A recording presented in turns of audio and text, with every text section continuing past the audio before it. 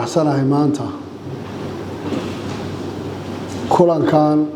tabeelihiisu halkaa ku dhagan yahay oo golaha wasiiradu ay ku qaadanayaan qorsweydaarsi wax kala kororsi barashada maamul wanaagga iyo ajanda dheer oo 3 maalmood soconaya oo halkaan la inoogu soo diyaariyay أنا نسلي هاي إن أنا ويا أنا خبراء لو كردية أقانت أنا باهن هاي ثلاثة أنا باهن هاي واحد لو كردين كران واحد للنساء وحأوقف عن وابن آدم كبشر إن درب للنساء يقول يا للنساء إن قفك للنساء كسي معنا ران وفرصة أباهن إنه قفل بكفى إذيستو وقت يالنا عن العالم وحانو ما هاد علينا يا معدك يا خبراء سعودي ياري لكشرada kule loogu timid nala wadaagaysa aan kala faa'iideysanayno loo faa'iideynaysa wixii aqoona ee u baahan inaan ku dhisno awoodda shakhsiyadeed ta dawladeed iyo ta mas'uuliyadeed intaba mudan ayaa la marweyn golaha halka fadhiya wasiiradu waa golihii fulinta ee maanta uu ku dhacay xilka iyo mas'uuliyadda Jubbaland iyagana ay saareed mas'uul ay ka ahaayeen markay Jubbaland mas'uuliyadoodu saaran tahay waxay qayb ka yihiin mas'uuliyadda guud ee Soomaaliya waxay qayb ka sii noqonayaan midda guud ee inta inagu xeeran ilaa ay bini'aadanimada gaadho marka waxaad ogaataan shaqada inoo taalaay inayna ku koobnayn qof walba meesha uu joogay aad ogaataan waxa aan ku fadhinay inaan hay'adii fulinta ee maanta Jubbaland shaqadeeda iyo mas'uuliyadeeda ay ku dhacayso inta aan u gelin waxaan rabay inaan wax yar ka sheego maalmo dhaweed waxaan wasaaradaha kala hadlayay soo gudbin ku saabsan TOR-radoodii iyo wixii konsaanaya ka jira taa dib baan u soo gudbin doonaa haddii Ilaahay yiraahdo inta seminaarka ku jirtaana waan sii diyaarin doonaa haddaan markaa galo mowduucaygan arrinta guud ee hiigsiga guud ee Soomaaliya dawladnimada Soomaaliya xagee u socotaa maxaa sal u ah muxuu yahay raadka ay leedahay wadan dawladnimo wanaagsan inay ka jirto iyo wadankaasi jiritaankiisu ku sii jiri kara haddaan dawladnimadu jirin oo bayska dawladnimadu uu halaysan yahay waxaa adkaanaysa jiritaanka ummadaasi ma joogno xilligii adduunka uu bilowga ahaa baadiyaha lagu noolaa maanta qofka miyiga jooga yaa wuxuu u baahan yahay dawladnimada haddii markaa dawlad wanaag aan la helin waxaa adkaanaysa nolosha dadku ay leeyihiin muwaadiniintu inay helaan adeeg baahsan oo hufnaan baahsan ay ku dheehan tahay qofka mujtamaca Soomaaliga ah ee muwaadinka ahi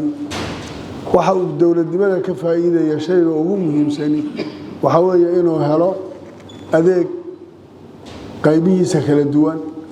ee nolosha asaaska u ah inuu helo asal u ah sababtoo qofka muwaadinkii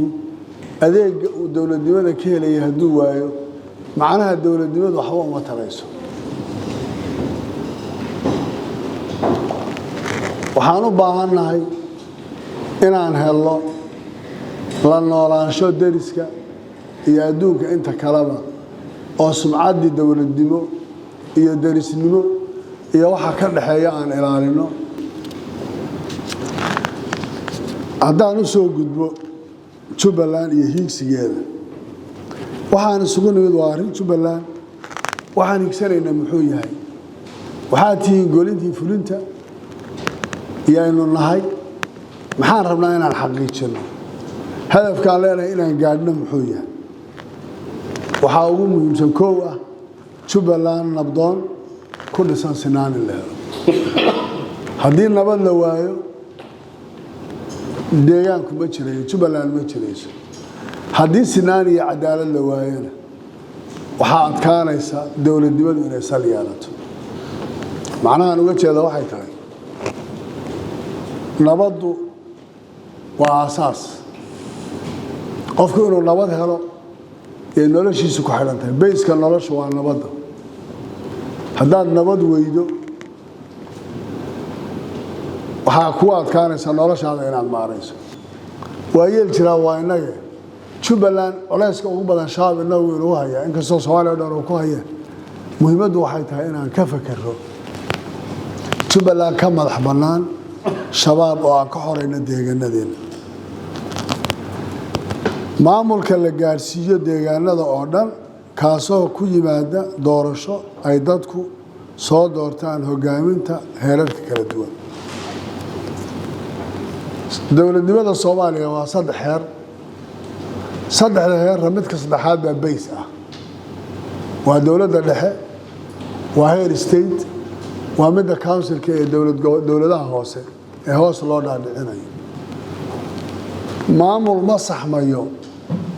oo dowladaha hoose haddaynaan deegaanadii maamulkii la dhaadhicinin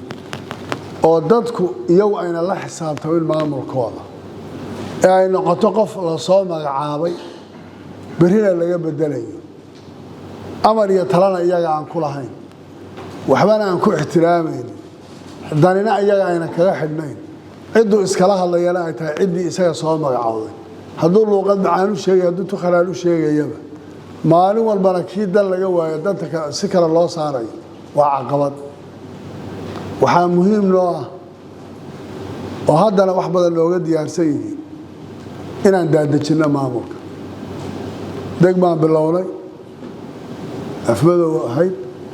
degmooyin kalea ka horreeyey laakiin caqabado iyo khilaafka dowladda dhexe ay ka abuurtay baa weli wuxuu noqday inaan gaadhsiin weyno goobihii aan ugu talagalay inaan ka bilowno daadejinta dowladnimada oo councilka ahayd taas dadku marka ay dhistaan wax walba way ku helayaan midda labaad qofkaan mas-uulkii wuxuu garanayaa cidda soo dooratee la xisaabtamaya inay yihiin kuwan uu la joogo idan ma samayn karayo dowlad dhexe iyo tu state oo iska gadayaan ama noqon kartee meesha lagala xisaabtamaya waa meeshan isaga soo dhisatay si ay taasi u timaado markaa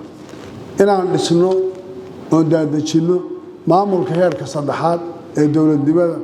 oo ah midka bayska ah ee dowladnimadu ay wax ku gaarayso ay ku jiri karto ay dadku ku dareemi karaan waxay iyagu samaysteen oo dhiseen inuu meesha u yaalo waa inaan culayska saaro Jubbaland oo taariikhdeedii ku soo noqota Jubbaland oo ganacsiga aan furfuro Jubbaland oo maalgashi aan keenno Jubbaland oo dadkeeda nolosheeda Soomaalida kale wax siinayna dhul saxaraa ma lihiin aan dib u soo celino noloshii shalay aynu haysanay Jubbaland waxay u baahan tahay muwaadiniinteedu inay helaan sida ka Soomaaliga ugu baahan yahay adeegyadii bulshada ay u baahnay sida caafimaadka waxbarashada biyaha korontada iyo adeegyada la midka ee bulshadu ay u baahan tahay bayska nolosha oo inay wasaaraduhu la yimaadaan qorshe cadcad oo lagu jaangooyo balaankaas aan hore u gaadhin oo qorshahaasi ay noqoto timeline intii loo sameeyo wasaarad waliba waqtiga ay qorshaheedaasi intay ku xaqiijin karto iyadoo markaa caqabadaha yimaadaay si wasaaradana loo soo gudbin karo si golaha ana loo soo gudbin karo laakiin aan ku mashquulno xaqiijinta waxay dadku inaga sugayaan inaan ka yoolgaano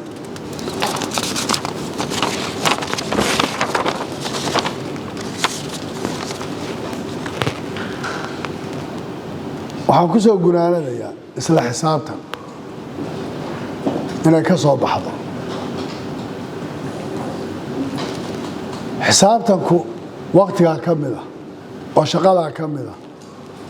oo waxa aad haysaa ka mid ah oo dhaqaalaha ka mid ah waxa ugu badan ee la iskula xisaabtamana waa qorshahan lala yimid fulintiisa iyo caqabadaha hor yaaliya waxay noqonaysa inaan inagu isku mashquulno waxaa ka fiican inaan taan isla xisaabtanno ay noqoto